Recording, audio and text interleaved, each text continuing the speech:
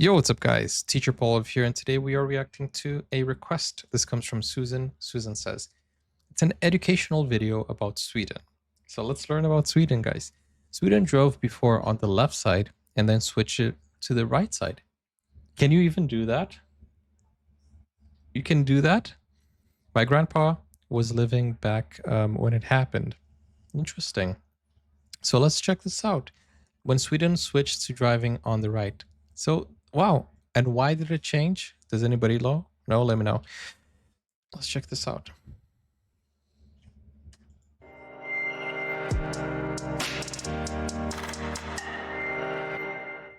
Dagen H, or H-Day, was the day on the 3rd of September 1967 in which the traffic in Sweden switched from driving on the left-hand side of the road to the right. That's Dagen so means interesting. day, and the H stands for Högertrafik, the Swedish word for right traffic. It was by far the largest logistical event in Sweden's history. I can The first imagine. attempt to order traffic to the right was in 1718, but by 1734 ordinances had stipulated Sweden should drive on the left. This of course didn't matter too much until motor traffic became common, and with Sweden's neighbours Norway and Finland driving on the right, border crossings were a very awkward dance. Sweden was starting to think more globally, and driving on the right would put it in line with many other members of the new common market.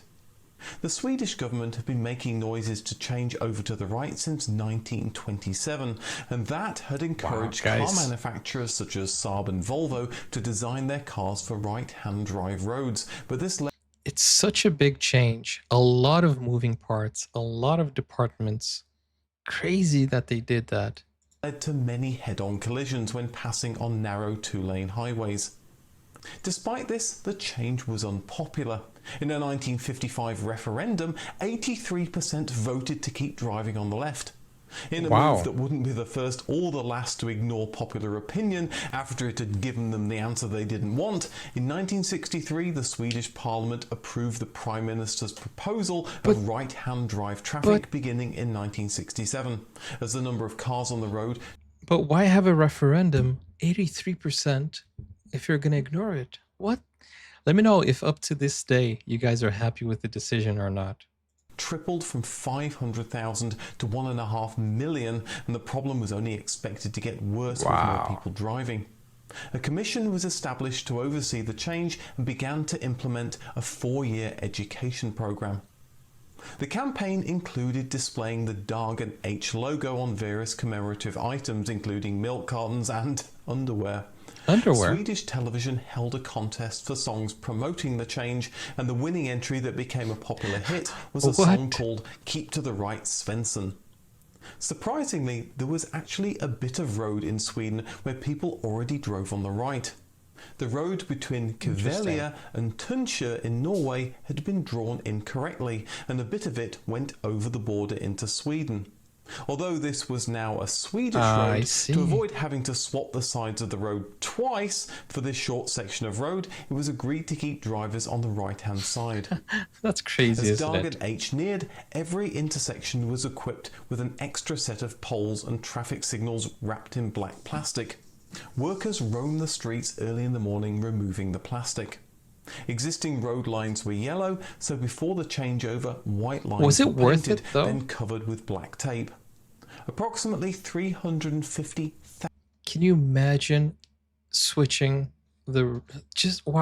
switching to the right? Was it worth it? Does anybody know? 1,000 signs had to be removed or replaced, 20,000 of them in... Dude, let's look at the numbers. Approximately 350,000 signs had to be removed or replaced, 20,000 of them in Stockholm alone. Some signs were mirrored, such as the roadwork sign and the sign warning of moose crossings, as it was felt that the moose were more likely to come from the right-hand side of the road. That's crazy. Black hexagonal signs with the letter H were placed on roads to remind drivers to drive on the right. And while they were altering signs, the government took the opportunity to impose speed restrictions on certain roads. They love doing that. One-way streets presented unique problems, bus stops had to be constructed on the other side of the street, and intersections had to be reshaped to allow traffic to merge.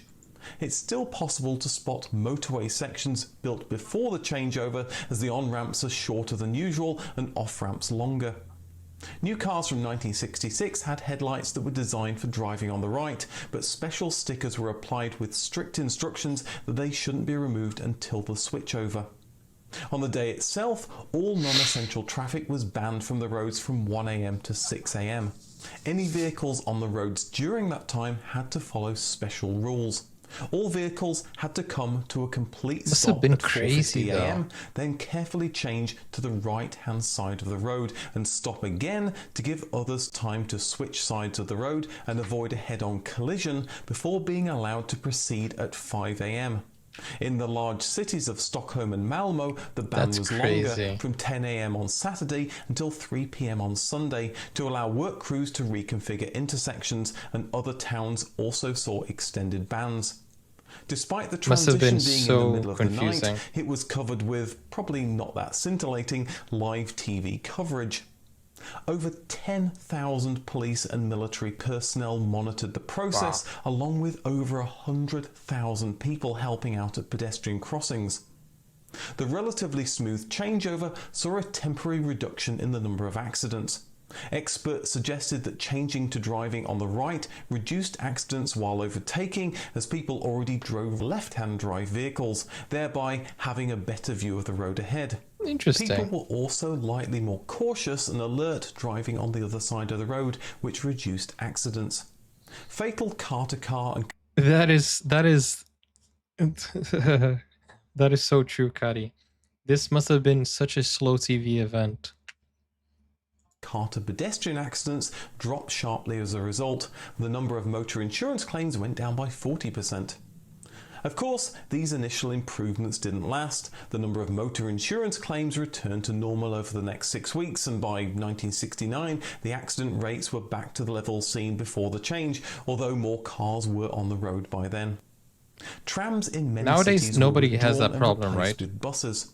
In the run-up to the change, local authorities had been buying buses designed to be driven on the right, but some 7,500 existing buses were converted, putting doors on the other side, starting 18 months before the switchover.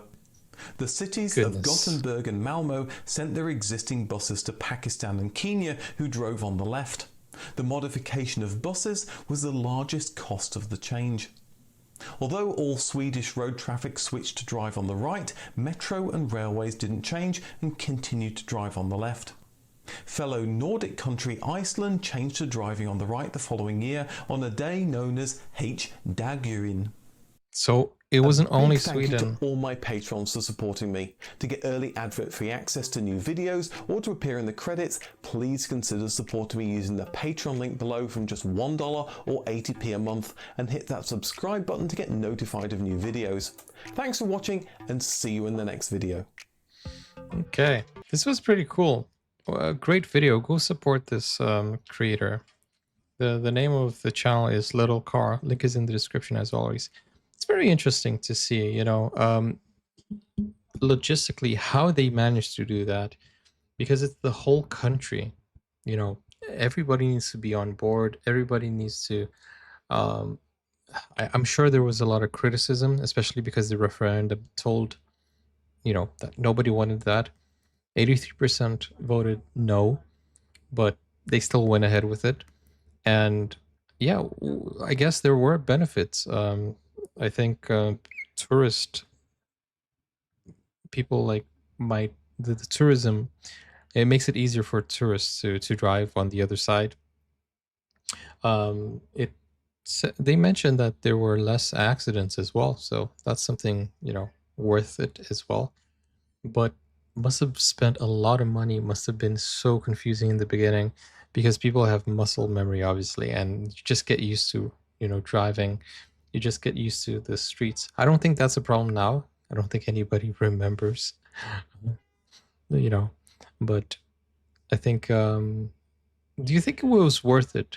Let me know. Do you think it was worth doing this whole thing, going through the whole hassle? Let me know your thoughts in the comments down below, guys. And don't forget to like, subscribe, and if you want to request a video, go over to Buy Me Coffee or click over here. See you soon. Bye bye.